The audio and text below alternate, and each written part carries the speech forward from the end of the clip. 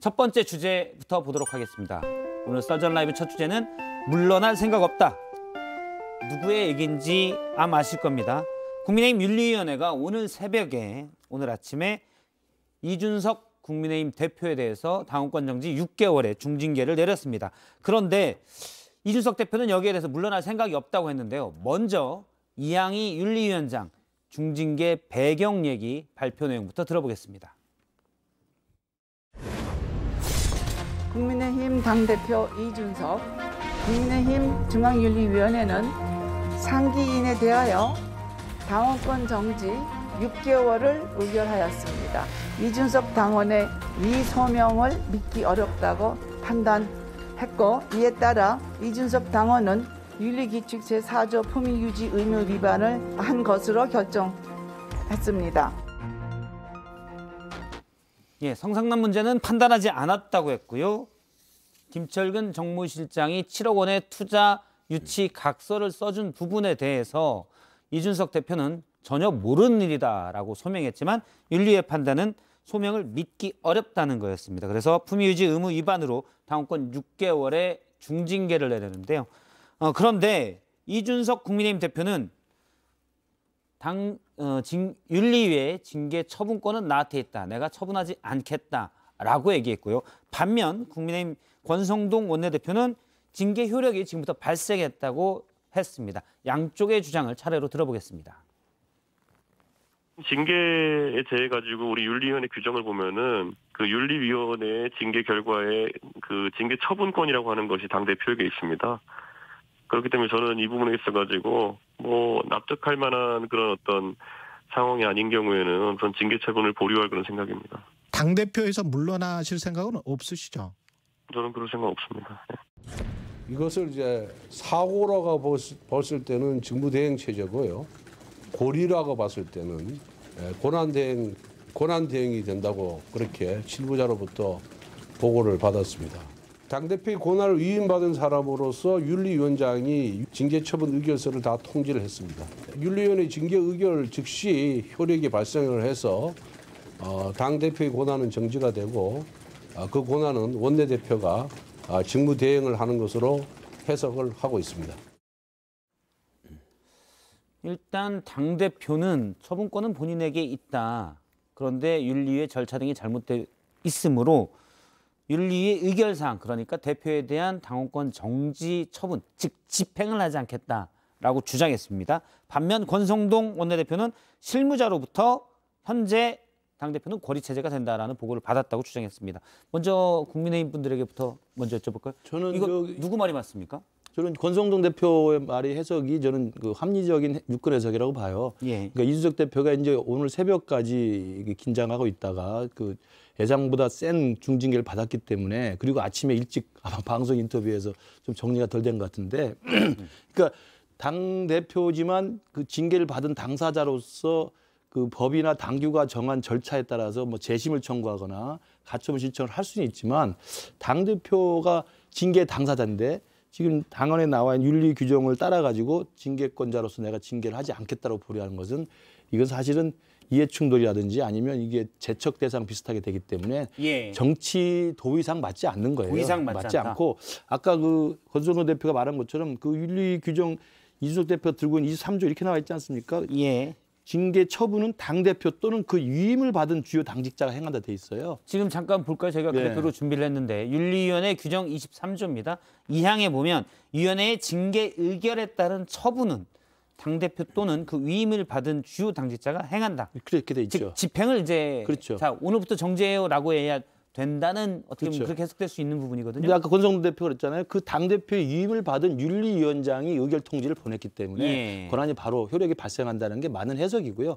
그리고 아까 말씀드린 것처럼 정치 도의적으로도 당대표가 그 지금 징계 당사자인데 그 당대표라는 권한을 이용해서 그걸 보류한다는 것은 좀 아침에 이 정신이 막지 않은 상태에서 좀 잘못 알 것 같아요. 김성현 소장님은?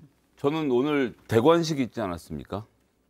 이진복 정무수석이 내려와서 자, 이 당의 리더십은 권성동 원내대표에게 있다라고 아침에 선언을 했죠. 며칠 전에 잡은 게 대관식이라는 말씀이시군요.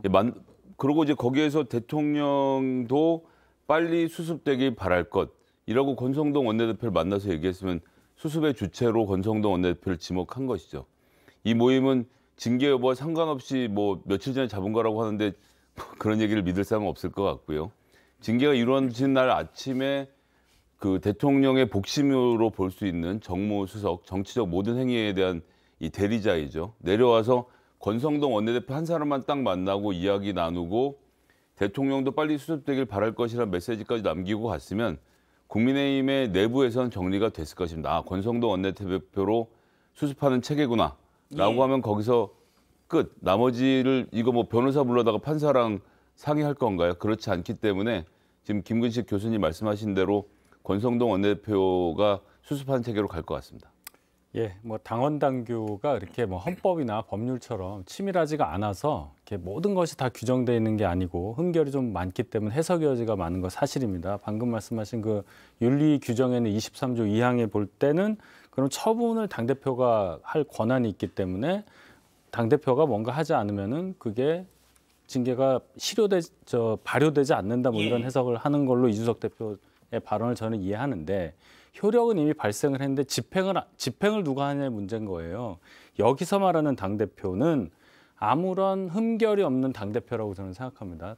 그런 당대표를 얘기하는 거고 이미 징계가 떨어진 이상 이준석 대표는 여기서 말하는 당대표가 아닌 거죠.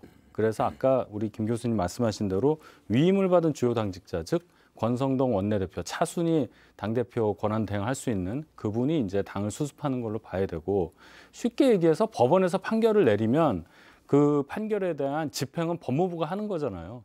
법원에서 판결을 내리면 그 예를 들어 징역 얼마를 때렸다. 그럼 그 징역 효력이 있는 거예요. 집행을 하고 안 하고의 문제를 가지고 얘기하는 건 그 다음 얘기잖아요. 이렇게 해석을 하면 되겠습니다.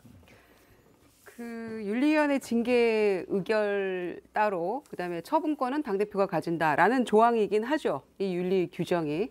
그 글자 그대로 해석을 한다면 이준석 대표의 주장이 옳다고 봅니다. 그런데 이 규정을 만들 때는 당대표가 이런 윤리 회부가 돼서 이런 중징계를 받을 거라는 상상도 못하는 상황에서 이 윤리 규정을 만들었을 거예요. 그런 결과이기 때문에 지금 예상치 못한 일이 벌어져서 여기에 대한 유권 해석이 이루어지고 있는 것인데 상식적으로 보아서는 당대표가 중징계를 받았는데 제척이 돼야 되는 게 맞다고 보고요. 그게 상식선에서 이루어져야지 이미 그 윤리 징계 의결이 내려진 순간에 그건 효력을 발생하는 것이고 이제 그 다음에 이준석 대표가 버티면서 나는 불복할 것이고 뭐 그다음에 법적 절차도 밟을 것이고 재심 청구할 것이고 이제 이렇게 나가는 거는 또 별개의 문제라고 저는 생각합니다. 일단 뭐 네 분 다 이준석 대표가 오늘 새벽 징계가 결정되는 순간 효력이 발생했고 당원권이 정지됐다라고 판단을 하시는데 일단 이준석 대표는 다른 주장이긴 합니다. 왜냐하면 또 이제 규정 자체에는 일단 처분권이 당대표에 있다라고 나와 있기 때문에 저는 이준석 대표의 오늘 아침 인터뷰에서 그걸 징계를 보류하겠다는 걸 저는 조금 다른 식으로 이해하고 싶은데 불복하겠다는 그러니까 불복이 아니라 징계를 집행하지 않겠다고 버티는 게 아니고요. 불복하겠다는 의미를 좀 그렇게 잘못 해석한 것 같아요. 재심과 가처분 금지. 그리고 아까 말씀하신 것처럼 대관식을 치렀다고 그러는데 대관식을 아직 치른 건 아니죠. 그러니까 직무대행이기 때문에 6개월이 지나면 논리적으로 그냥 쿨하게 이야기하면 6개월 뒤에 돌아오게 돼 있는 겁니다. 그래서 우리 자유한국당 시절에 김순애 최고위원이 5.18 망언했다가 당원권이 3개월 있었습니다. 3개월 지난 뒤에 그냥 자연스럽게 최고에 복귀를 했어요. 그러니까 지금 대관식을 한다는 것은 이제 물론 이제 그 시일이 아주 공교롭게도 징계가 난 날 그동안 흔적조차 보이지 않던 정무수석이 갑자기 나타나서 거기서 원내대표를 만나니까 저도 좀 뜨악했는데 좀 그 전에 좀 이준석 대표 좀 만나지 왜 그때는 안 만나고 왔는지 저도 좀 이해는 되지 않습니다. 그런데 와서 했기 때문에 이게 대통령의 의중에 실린 게 아니냐라고 오해를 충분히 살 수 있습니다만 대관식은 아니다. 왜냐하면 이준석 대표가 말하는 것도 물러날 생각이 없다는 건 정확하다고 봐요. 물러날 수 없죠. 6개월 동안 직무가 잠깐 정지될 뿐이에요. 임기는 1년 동안 남아 있습니다. 그러니까 지금 권성동 대표가 하는 것은 징계 효력은 처분이 가능해지지만 6개월 되는 이준석 대표는 복귀하고 당대표를 할 수 있게 돼 있는 것이고 그 6개월 사이에는 그냥 직무대행으로서 권성동 대표가 직무대행 체제로서 그냥 당 리더십을 유지하는 것 외에는 달라진 게 없습니다. 그러면 저희가 이제 일단 내부는 당원권 정지의 효력 발생에 대해서는 내분의 의견은 이미 발생이 돼 있다라고 판단을 하시고 있고요. 그러면 이준석 대표의 향후 대응, 앞서 이제 재심 청구나 법원에 소송을 내는 가처분 금지 소송 같은 걸 낼 수가 있겠죠. 또 그러면 당원권 정지 6개월 기간 동안에 내놓을 것이냐 아니면 당원이 아닌 상황에서 사실 이준석 대표는 예전에 저 인터뷰에 나왔을 때 그런 얘기도 당원권 정지 조금 주면 여행이나 다니다가 또 오면 된다. 뭐 이런 얘기도 하곤 했었습니다. 농담처럼 그런 얘기도 하긴 했는데 어떻게 보십니까 예상은? 일단은 절대로 물러나지 않을 것이라고 보고요. 그러니까 물러날 것 같았으면 자진해서 대표직을 사퇴할 것 같았으면은 이 윤리가 열리기 전에 사퇴를 하는 게 대체적으로 우리가 생각하는 정치 문법에 맞는 거겠죠. 예.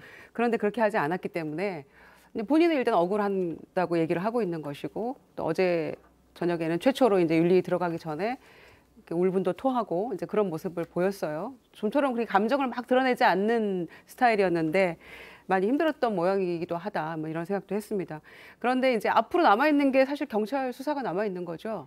거기에 대해서 이제 본인 수사 아직 한 번도 안 받았기 때문에 그 수사가 좀 속전속결로 진행이 되고 그게 이제 무혐의로 갔을 경우 또 혐의 있는 것으로 밝혀졌을 경우 기소가 될 경우 또 구속 수사냐 아니냐 뭐 이런 경우의 수에 따라서 이준석 대표의 이제 앞으로 어떻게 그 상황이 결정이 되겠죠. 이제 그런 거 포함해서 또 본인이 월 목요일날 최고위원회의인데 불복하겠다 그러면 최고위원회에 나타날 수도 있다고 생각해요. 그런 것까지 그거는 그렇게 하는 건 제가 볼 때 이준석 대표가 도를 넘는 거고요. 저는 그래서 이준석 대표 향후 시나리오는 저 개인적으로는 예전에 우리 어렸을 때 나왔던 광고 카피 중에 조용하게 강하다 이런 카피가 있지 않습니까? 누비라.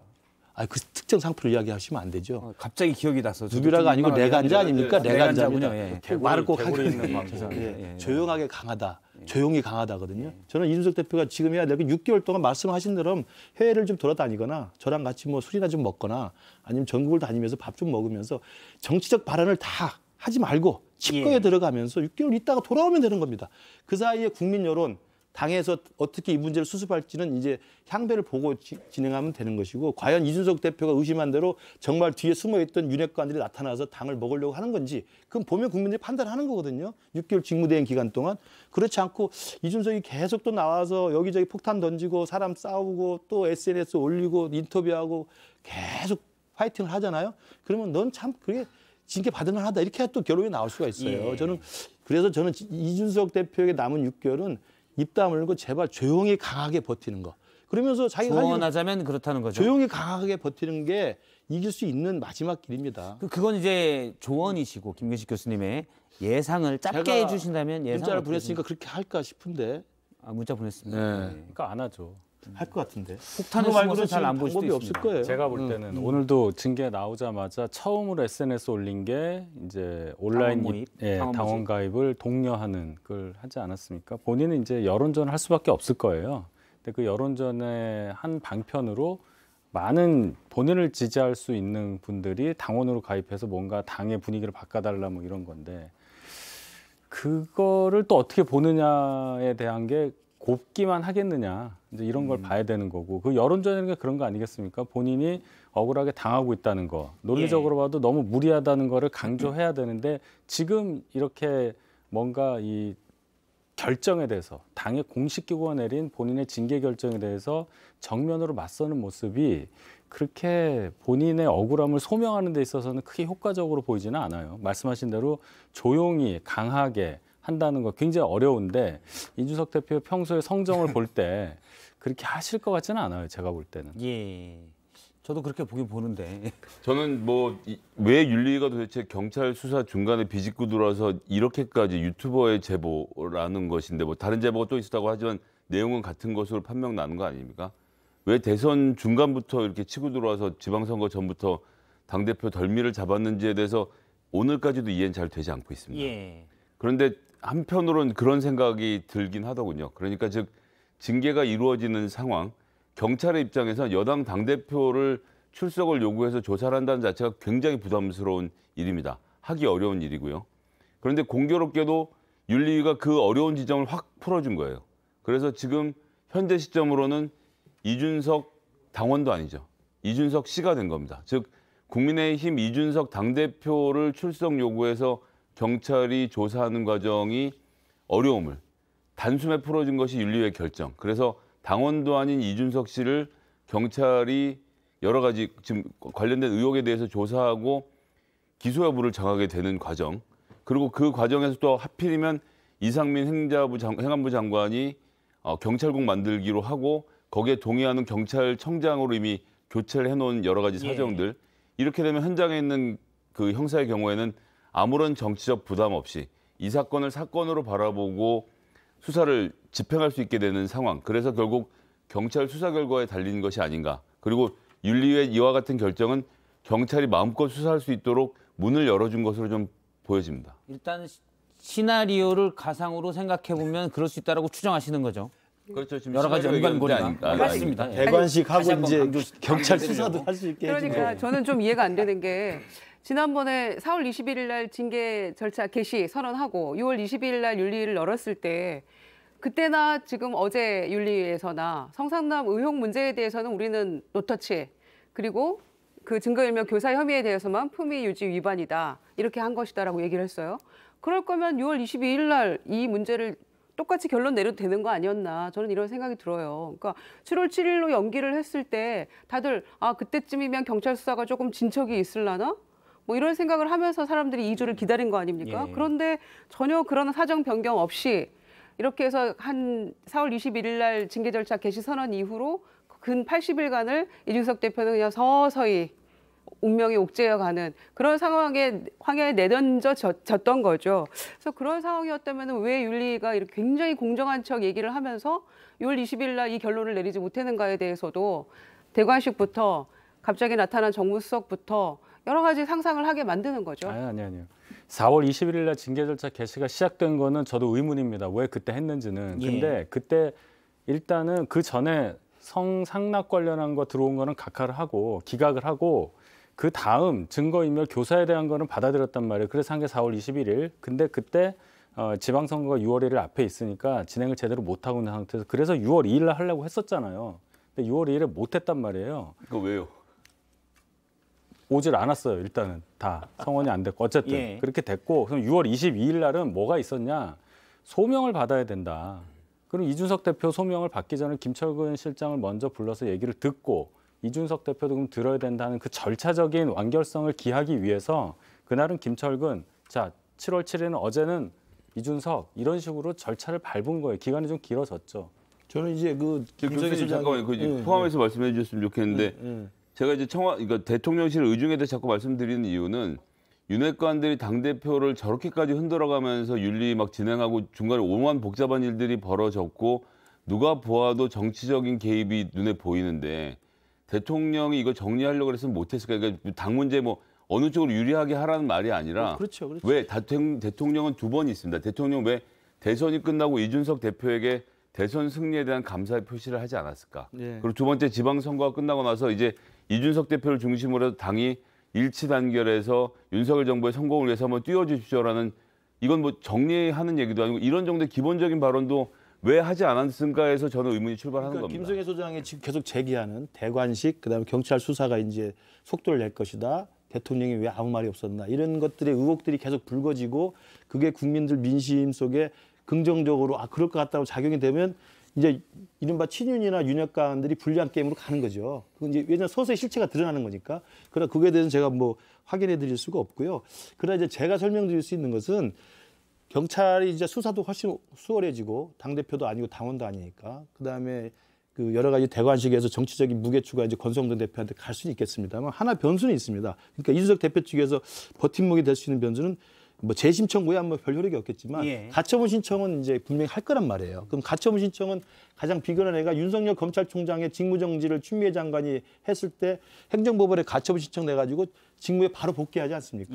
그렇게 해서 사실은 대권 주자로서 발돋움이 된 거예요. 그러니까 제가 아까 강하지만 조용하다, 조용히 강하게 있어야 된다는 이야기는 원칙적으로 할 수 있는 가처분 신청을 하면서 정말 훌륭하고 능력 있는 변호사를 선임해서 그 변호사가 법원에 가처분 신청을 걸어서 그 법리를 가지고 쟁송을 하도록 하고 본인은 빠지라는 거예요. 윤석열 총장도 그때는요. 당시 그걸 행정소송을 했던 그 이완규 변호사 이런 사람들이 나와서 그 법원 앞에서 잠깐 이야기하는 거 말고는 총장 입에서 나온 이야기는 하나도 없었습니다. 그렇게 하는 게 지금 필요하다. 그러면 법원이 사실은 행정부 얘기는 들어주지만 정당의 결사 과정에 대해서는 잘 개입하지 않는 또 것이 판례가 있습니다. 그러니까 그 부분은 이제 법원의 결정을 봐야 되는데 그 자율적 결사 처리하더라도 정당이나 교회 같은 경우 이런 그 권력 다툼이 종종 있거든요. 그럴 경우에는 전례가 있어서 충분히 그건 해볼 만한 싸움이라고 법조인한테 들은 바가 있어요. 일단 그렇게 김의식 교수님이 윤석 대표에게 문자를 보내서 이렇게 하라고 얘기했지만 답장은 아직 없었죠. 그러겠죠. 예. 그러니까 제가 볼 때는 이 싸움이 누가 이기고 지고의 싸움이 아니라 뭐 윤 대변인이나 저는 국민의힘 소속 입장에서 이것이 당에 더 이상 그 어떤 사건의 종결이 아니라 더 큰 갈등의 시작이 되면 안 되잖아요. 그럼 빨리 끝내야 되는데 한쪽에서는 6개월 거리기가 6개월 이 직무대행 기간에 이준석을 완전히 사퇴를 시키고 당대표를 완전히 끌어내린 다음에 새로운 리더십을 세우자는 주장이 나올 겁니다. 예. 아까 대관식이라고 설명했던 것처럼. 그러면 국민들은 판단할 거예요. 저 사람들은 왜 저럴까? 과연 저게 진짜 대통령의 마음이 실린 걸까? 이제 의심을 하기 시작할 겁니다. 예. 그게 한편이 있고 또 한편은 이준석 대표의 이제 향후 대응을 보고 국민들이 판단할 거예요. 아 정말 너무 당대표로서 신중치 못하다. 언행이 너무 가볍다. 좀 조용히 좀 있지. 매를 벌었구나. 자초한 일이다. 이런 판단이 나올 수 있어요. 그러면 이준석 대표가 지는 게임입니다. 저는 그런 상황이기 때문에 정말 권성동 대표가 잘 정리한 것처럼 직무 대행으로서 6개월만 대신한다는 생각으로 이걸 리더십을 바꾼다든지 당을 바꾸지 말고 관리만 하고 이제 조금씩 좀 해보도록 하겠습니다. 일단 뭐 제 개인적인 생각은 이준석 대표가 평소의 모습으로 보면 권성동 원내대표의 의견과 달리 처분권은 나에게 있고 이분도 가족 강조를 하고 그럴 텐데 제가 최근에 인터뷰했을 때 제가 이준석 대표 안 지 10년이 지났는데 가장 지난번에 이 자리에 인터뷰를 했었거든요. 가장 기운이 없는 모습이더라고요. 상당히 좀 어떻게 보면 안쓰럽게도 보이는 정도의 그런 모습이고 그랬는데 그래서 사실 오늘 어떤 결정을 낼지는 좀 지켜봐야겠다는 생각도 저도 좀 들긴 하더라고요. 그 처분을 당대표 갖고 있다는 걸로 고집은 절대 안 할 거라고 보고요. 저는 이제 지금 이 상황에서 조용히 있으면서 아 정말 과도하게 부당하게 핵관들에 의해서 끌어내려온 당대표라는 이미지를 가져가는 게 본인한테 유리하죠. 그게 제가 봐도 유리하긴 한데 그렇게 할지 안 할지는 이준석 대표를 좀 봐야 될 것 같고요. 잠시만요. 제가 아까 그 말씀드린 이준석 대표 최근 모습, 울적한 모습이 영상에 그 윤리위에 갈 때 나왔습니다.